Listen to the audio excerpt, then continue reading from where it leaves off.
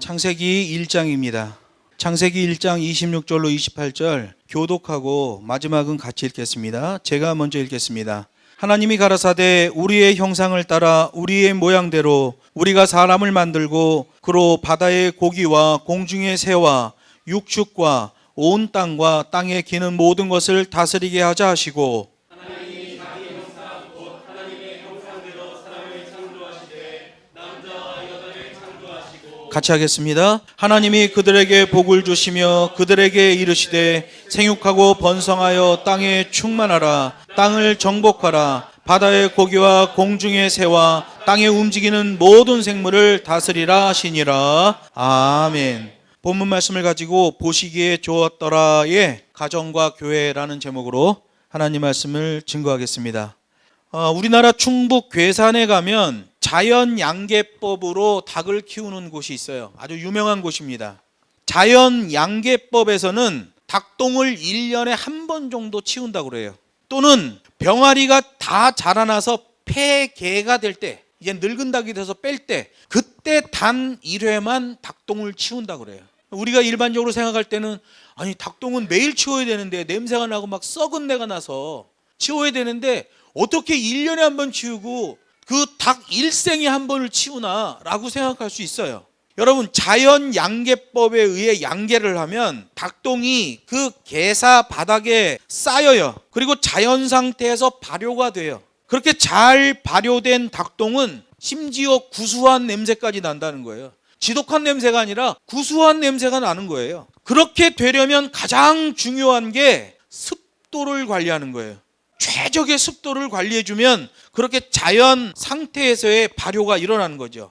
반면 습기가 너무 많으면 닭장 바닥이 질퍽거리고, 그렇게 질퍽거리다 보면 유해한 곰팡이가 생기고 그 곰팡이는 결국 닭들을 병들게 하는 거예요. 반면 닭장이 너무 건조하면 닭들도 호흡기 질환이 생기는 거예요.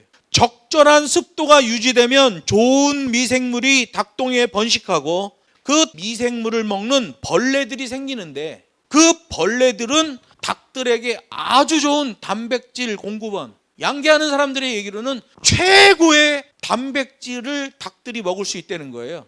이런 현상이 바로 하나님이 창조하신 자연의 이치요 순행적 먹이 사슬이라고 하는 거예요. 하나님의 창조의 법과 식대로 하는 거죠.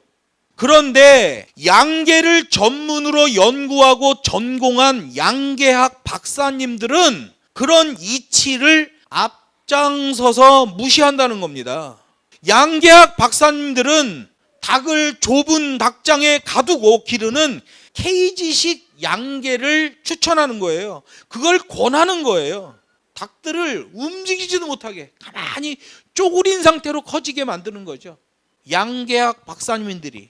그렇게 해서 병든 닭이 나오면 그 병든 닭을 치료하는 온갖 약품들을 만들어내고 제약 회사들과 결탁해서 돈을 벌고 있는 게 양계학 박사들이에요.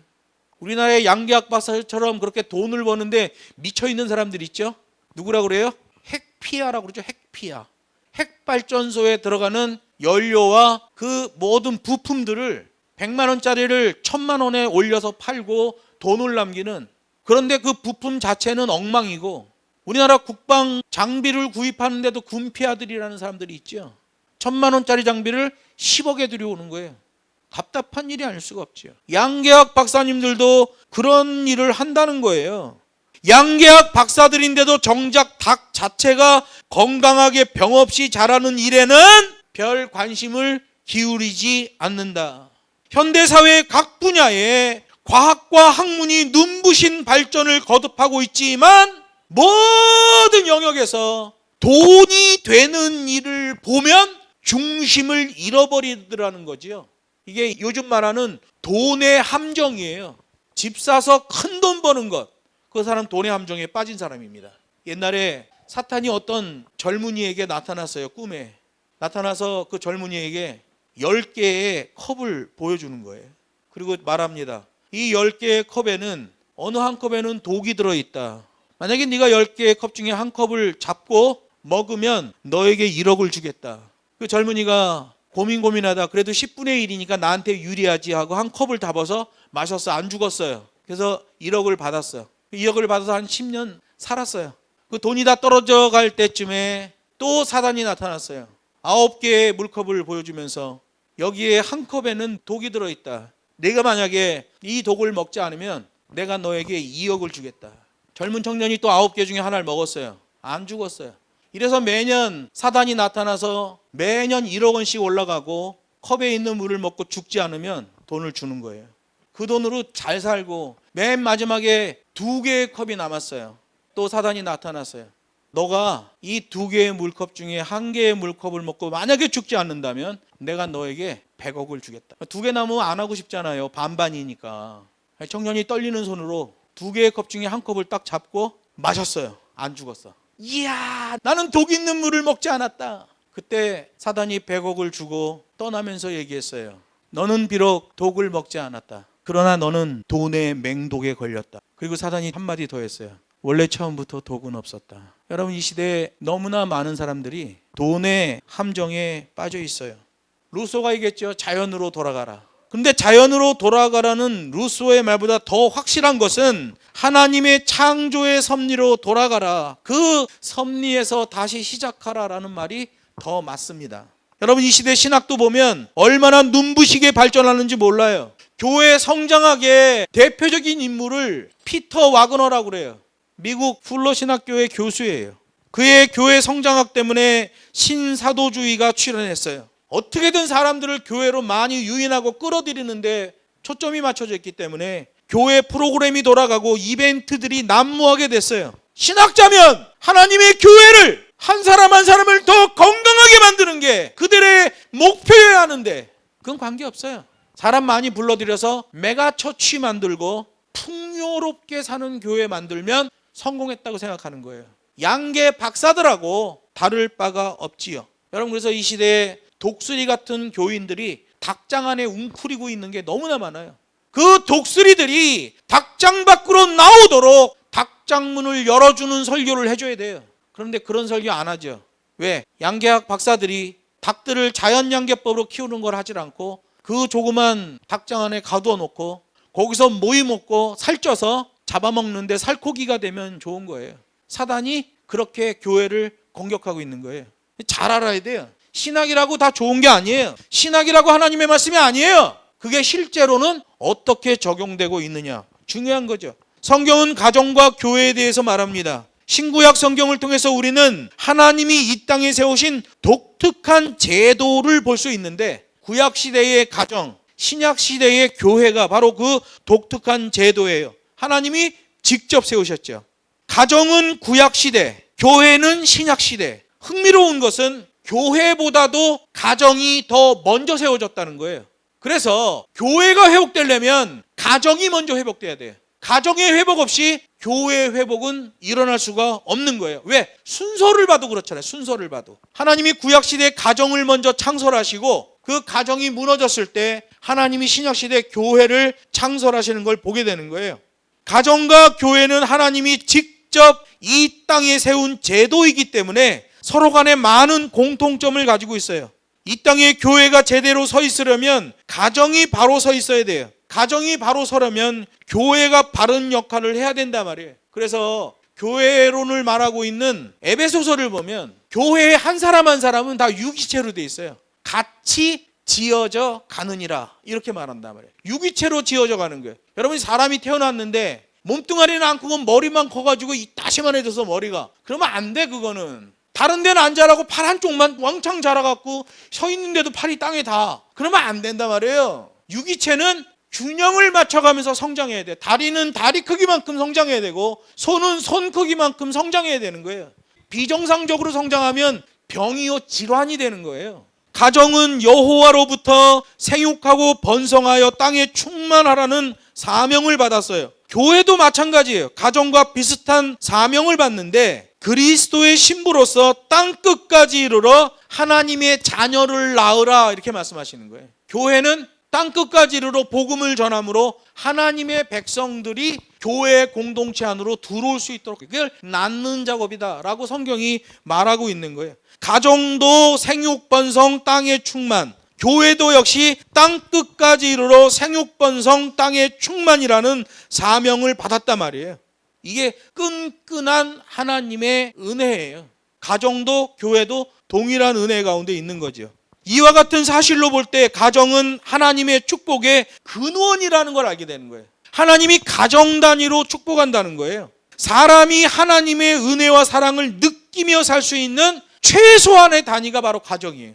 가정 공동체를 통해 하나님이 자신의 형상대로 만들어진 사람을 축복하고, 사람은 자신이 하나님의 형상대로 만들어진 축복의 존재라는 사실을 알게 되는 거예요. 그런 사람이 하나님의 일에 동참하는 자들이 되는 거예요. 하나님이 그런 사람들을 교회로 불러들이고 하나님 배설하신 예배, 오프스데이의 예배에 동참시켜 주는 거예요. 그런데 세속주의에 빠지면 내가 교회에 오는 거로 알아요. 세속주의에 빠지면 내가 성경을 읽는 줄 알아요. 그렇지 않아요. 내가 성경을 읽지만 그 배면에는 성경이 나를 읽어주는 거예요.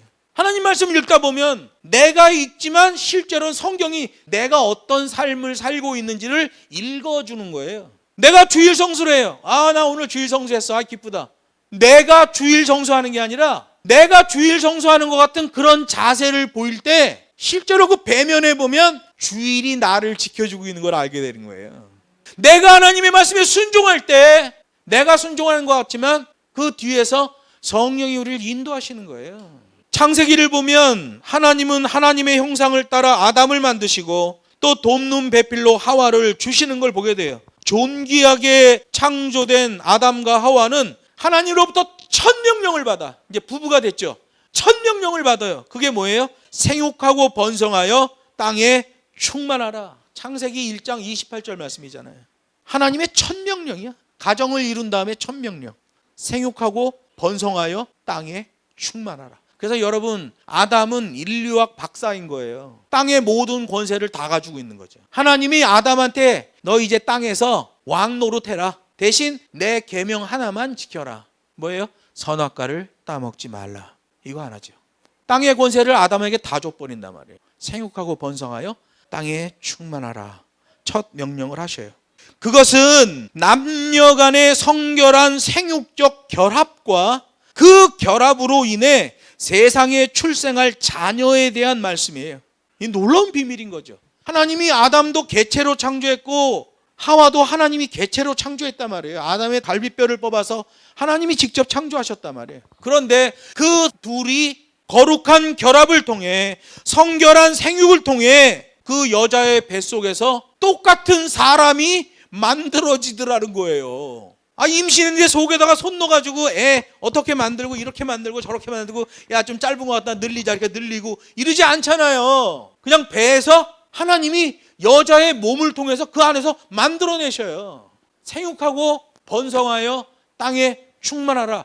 이 첫 사명, 첫 명령, 이것을 이루게 하시기 위해서 하나님이 그 일을 만드셨단 말이에요.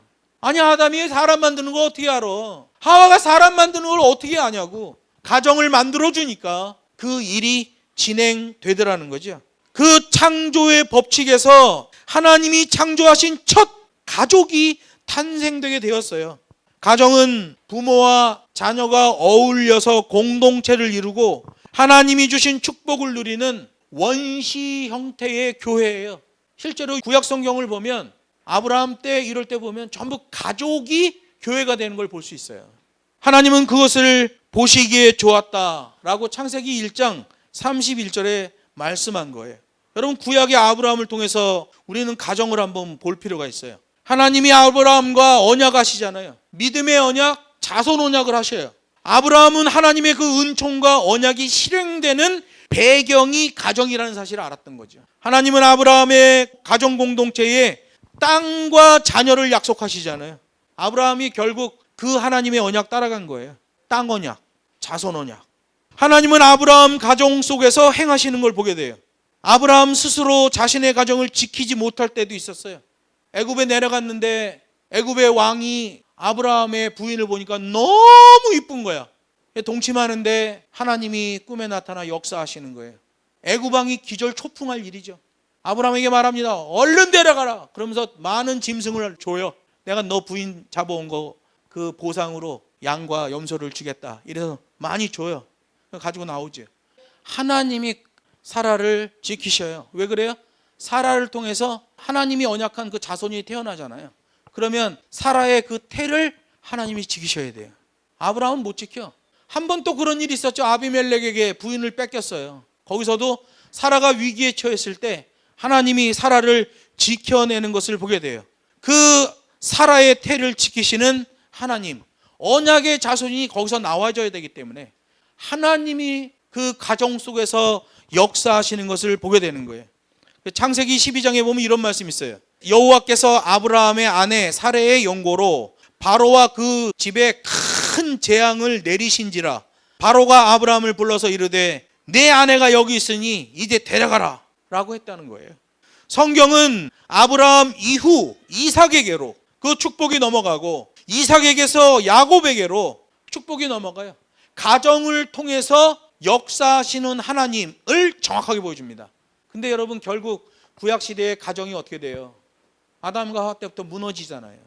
결국 계속 구약시대가 죄로 점철되는 겁니다. 한번 죄가 들어오고 나면 그걸 떨쳐버릴 수가 없는 게 인간 스스로는. 그래서 하나님이 신약시대에 교회를 주시고 구약시대의 가정 속에서 역사하셨던 하나님이 신약시대에는 교회 속에서 교회를 통하여 역사하시는 거예요. 그래서 구원은 교회를 통해서 일어나는 겁니다.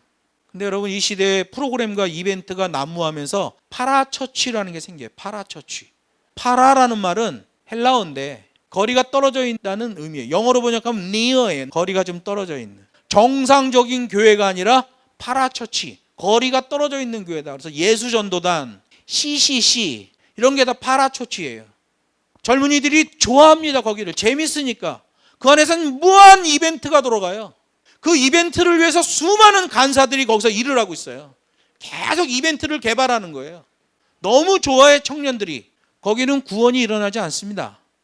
그럼 파라처치가 마치 교회인 양 인정되면서 이단들도 교회처럼 보이는 거예요. 이단들도 교회처럼 보이는 그 이유가 뭐예요? 파라처치가 교회로 착각되기 때문에 이단도 교회인 것처럼 보이는 거예요. 그래서 여러분, 교회는 정해진 규칙대로 가는 거예요. 그러면 교회가 순수성을 유지할 수 있어요. 마치 자연양계법처럼 똥 싸도 그 똥에서 구수한 냄새가 난단 말이에요. 병이 안 걸리는 거야. 그 습도를 유지해 주기 때문에. 그게 목회예요. 그게 설교예요. 근데 이 시대는 설교가 사람 생각이 잔뜩 들어가서 얼마나 질퍽거리는지 몰라. 안락한 목회 서비스 제공하려고 얼마나 노력하는지 몰라. 제가 한국에 와서 각 교회 담임 목사들 이렇게 보면, 저는 직장 생활을 했던 사람이잖아요. 큰 기업에 있던 사람이에요. 이렇게 보면 이건 목사가 아니라 인사과장이네, 이런 생각이 들어. 회사 인사과장이 뭐예요? 회사 직원들 한 사람 한 사람 인사관리를 하면서 회사 잘 나올 수 있도록 근태관리도 해주고, 그 회사 공동체 안에서 벗어나지 않도록 잘 관리해 주잖아요. 왜? 훈련된 직원이 하나 빠져나가 봐. 새로 대학교 졸업하는 애 데려오면 가르치는데 5년 이상 걸려요. 그러니까 이미 숙달된 사람이 빠져나가지 않도록 잘 관리해 주는 게 인사과장이란 말이에요. 한국에 와서 교회들 이렇게 보니까 담임 목사가 아니라 인사과장이야. 담임 목사는 뭐 하는 사람이에요? 사도 바울이 디모데를 양성해냈듯이 또 다른 사과나무를 만들어내는 사람이란 말이에요. 또 다른 사명자를 만들고 일꾼을 배양해내는 사역이란 말이에요. 근데 이 시대 교회들은, 이 시대의 목회를 보면 일꾼이 안 나와. 진짜 일꾼이 안 나와. 왜 그래요? 자연 양계법이 좋음에도 불구하고 양계학 박사들이 돈의 함정에 빠져 이상한 짓을 하는 것처럼, 하나님의 말씀의 법, 하나님의 이 율례의 법대로 교회를 인도하면 아무 문제가 없는데 세상 방법 처세술을 갖고 들어오는 거예요. 세속주의의 신학을 갖다 들이대는 거예요. 그러니까 어떻게 돼요? 교회가 병들고 문제가 생기는 거예요. 이 시대 교회들마다 쌈질을 안 하는 교회가 어디 있어요? 서울의 어떤 큰 교회 목사는 지난번에도 그러더라고. 자기는 목회의 목표가 딱 하나래. 그래서 뭐냐고 그랬더니 성도들한테 항상 얘기하는데, 제발 싸우지 좀 말라고. 교인이 몇천 명이 되는데 맨날 쌈질을 하는 거야. 왜 그래요? 지금 교회가 세속주의, 감성주의가 교회 안으로 들어와 있는 거죠. 여러분, 구약시대에 가정을 통해서 하나님이 역사하셨다면, 그 가정 속에서 행하셨다면, 이 시대에는 교회 속에서 역사하시고 교회를 통해서 행사하시는 거예요. 그래서 하나님이 거하시고 역사하시는 구약의 가정 공동체에서의 가족의 의미를 우리는 어떻게 남편과 부인의 역할이 나눠지는지를 알게 되는 거예요. 남편은 자녀들에게 권위자가 돼 있어야 돼요. 아버지의 말 한마디가 자녀들에게는 하나님의 말처럼 들려야 돼요. 그리고 자녀를 교육하고 사랑하고, 심지어 창세기 22장에 보면 내 자녀임에도 불구하고 하나님께 번제로 드리는 결단까지도 하는 아버지를 하나님이 보여주신단 말이에요. 아버지는 그런 사람이에요. 아버지는 외로운 사람이에요. 엄마는 뭐를 사람이에요? 자녀를 낳고 가정을 내조하고 자녀에게 기록된 하나님의 말씀을 가르치는 자예요. 이처럼 구약에서 발견되는 가정은 하나님의 언약 가운데 존재하는 공동체라는 사실을 알게 되는 거예요. 그 가정에서 태어나는 자녀는 하나님께서 주신 기업이다, 유산이라는 거예요. 하나님의 상급이다, 영원한 월급이 된다는 거예요. 부모는 자녀에게 부지런히 하나님의 말씀을 가르치라고 그래요. 출애굽기 12장에. 그리고 그 가르친 말씀을 지키는 것까지 확인하라는 거예요. 가르치는 거는 엄마가, 지키고 있는 걸 확인하는 건 아버지가, 가정에서 감당이 돼 있는 거죠. 구약 시대부터 이미 하나님은 가정 공동체에 거하시고 그 가정 공동체를 통해서 역사하심을 알게 되는 거예요. 여러분, 그래서 부모도 사명인 거예요. 부모로서 사명을 갖고 있는 거죠. 어떻게? 자녀를 하나님의 말씀으로 잘 양육하는 것. 그러면 신약 시대의 가정을 우리가 한번 살펴보죠. 예수님은 악한 질문을 하는 바리새인에게 하나님의 창조의 질서로서의 가정에 대해서 말씀하신 적이 있어요. 마가복음 10장 5절로 9절에 있는 말씀인데 이렇게 기록되어 있어요. 창조시로부터 저희를 남자와 여자로 만드셨으니 이러므로 사람이 그 부모를 떠나서 그 둘이 한 몸이 될지니라. 이러한즉 이제 둘이 아니요 한 몸이니 그러므로 하나님이 짝지어 주신 것을 사람이 나누지 못할지니라. 이렇게 말해요. 이 말씀은 창세기 때 아담과 하와에게 주셨던 말씀이에요. 이걸 예수님이 더 구체적으로 말씀하시고 있는 거죠. 남자와 여자가 결혼하여 가정을 이루고 사는 것은 하나님이 이미 정하신 규칙이다, 이렇게 말씀하시는 거예요. 동성애자들의 주장이 맞지 않죠.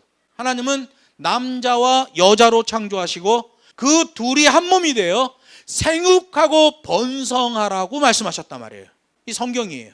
창조주 하나님의 기준이에요. 결혼은 하나님의 신성한 목적으로 맺어진 것이므로 이 세상에서의 일생의 연합이다 라고 성경이 말하는 거예요. 가정은 일생의 연합이다 라고 말씀하시는 거예요. 여기서 우리는 가정을 이루게 하시는 하나님의 깊으신 뜻을 다시 한번 살펴볼 필요가 있다는 거예요. 예수님께서 창세기 1장 27절 말씀을 마가복음 10장에 인용해 말씀하셨는데, 둘이 한 몸을 이룰지니라 라는 것은 육체적 결합을 넘어서는 더 깊은 의미가 들어있다는 거예요. 하나님이 가정 공동체를 주신 것은 심리적 연합도 있고요, 영적인 연합도 같이 들어있는 거예요. 생육하고 번성하라, 둘이 한 몸을 이루라, 이건 육체적 결합이 들어있잖아요. 뿐만 아니라 영적인 결합도 있고 그 안에 심리적 결합도 같이 들어있다는 거예요. 하나님이 그 가정 안에서 역사하신단 말이에요. 육체적 결합, 영적 결합, 심리적 결합, 이게 같이 들어있으면요, 이게 무슨 의미겠어요? 아름답고 충만한 복을 가정 안에서 누려라 라고 주신 거죠. 이 결혼에 대한 가정 공동체를 제정하셨기 때문에 하나님이 제정하신 그것을 사람이 나눌 수는 없다. 이게 당연한 이치지요. 하나님이 그렇게 명령하여 가정을 이루게 하셨는데 그 가정을 사람이 나누어지게 한다는 것은 있을 수가 없다는 거예요. 하나님께서 가정 공동체의 영원성을 말씀하셨기 때문에 사람이 함부로 나누어서는 안 된다라는 말씀이에요. 그렇기 때문에 가정은 순결한 사명 공동체라는 거예요. 성경을 보면 가정을 이루게 하는 결혼에 대해 말씀하시는데 하나님께서 철저히 배타성을 말씀하셔요. 배타성이 뭐예요? 타협하지 않는 거죠. 그렇다 그러면 그런 거예요. 뭐 그럴 수 있고 이런 게 아니에요. 그렇다 그러면 그런 거예요. 이걸 배타성이라고 그래요. 에베소서 5장 33절에 보면, 물론 에베소서가 교회론에 관한 거예요. 근데 이 교회론은, 교회는 가정하고 같이 묶여 있단 말이에요. 그래서 동일한 말씀으로 주시는데 이렇게 말해요. 각각 자기의 아내 사랑하기를 자기같이 하고 아내도 그 남편을 경외하라. 이 말씀이 뭐예요? 한 남자는 그 한 여자를, 결혼한 그 한 여자는 결혼한 그 한 남자만을 사랑해야 된다라는 말이에요. 배타성이에요. 가정은 그것에 대해서 배타성을 갖는 겁니다. 그 가정에 주어진 하나님의 그 규칙의 말씀을 어느 누구도 침노할 수 없어요. 그런데 1960년대부터 1980년대까지 미국이 경제가 막 부흥할 때, 미국은 오피스 지역과 배드타운 지역이 나누어져 있어요.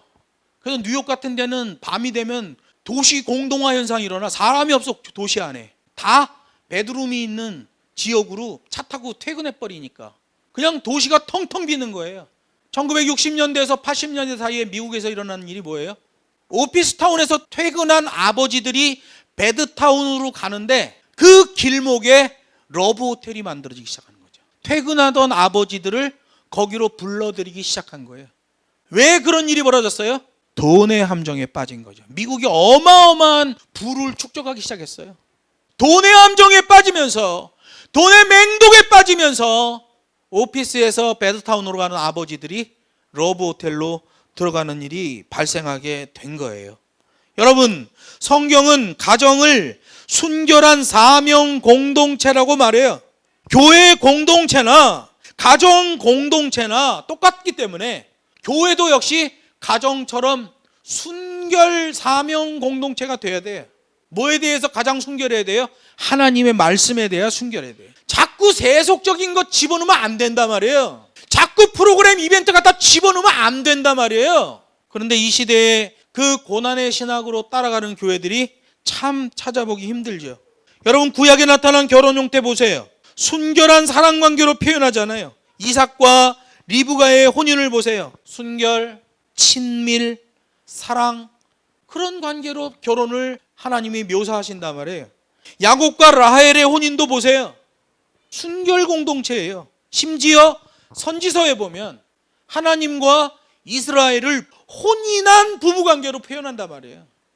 이런 걸 볼 때 가정을 이루는 부부관계가 하나님께서 그 선택한 백성들을 사랑하는 것과 같다는 사실을 우리는 알게 되는 겁니다.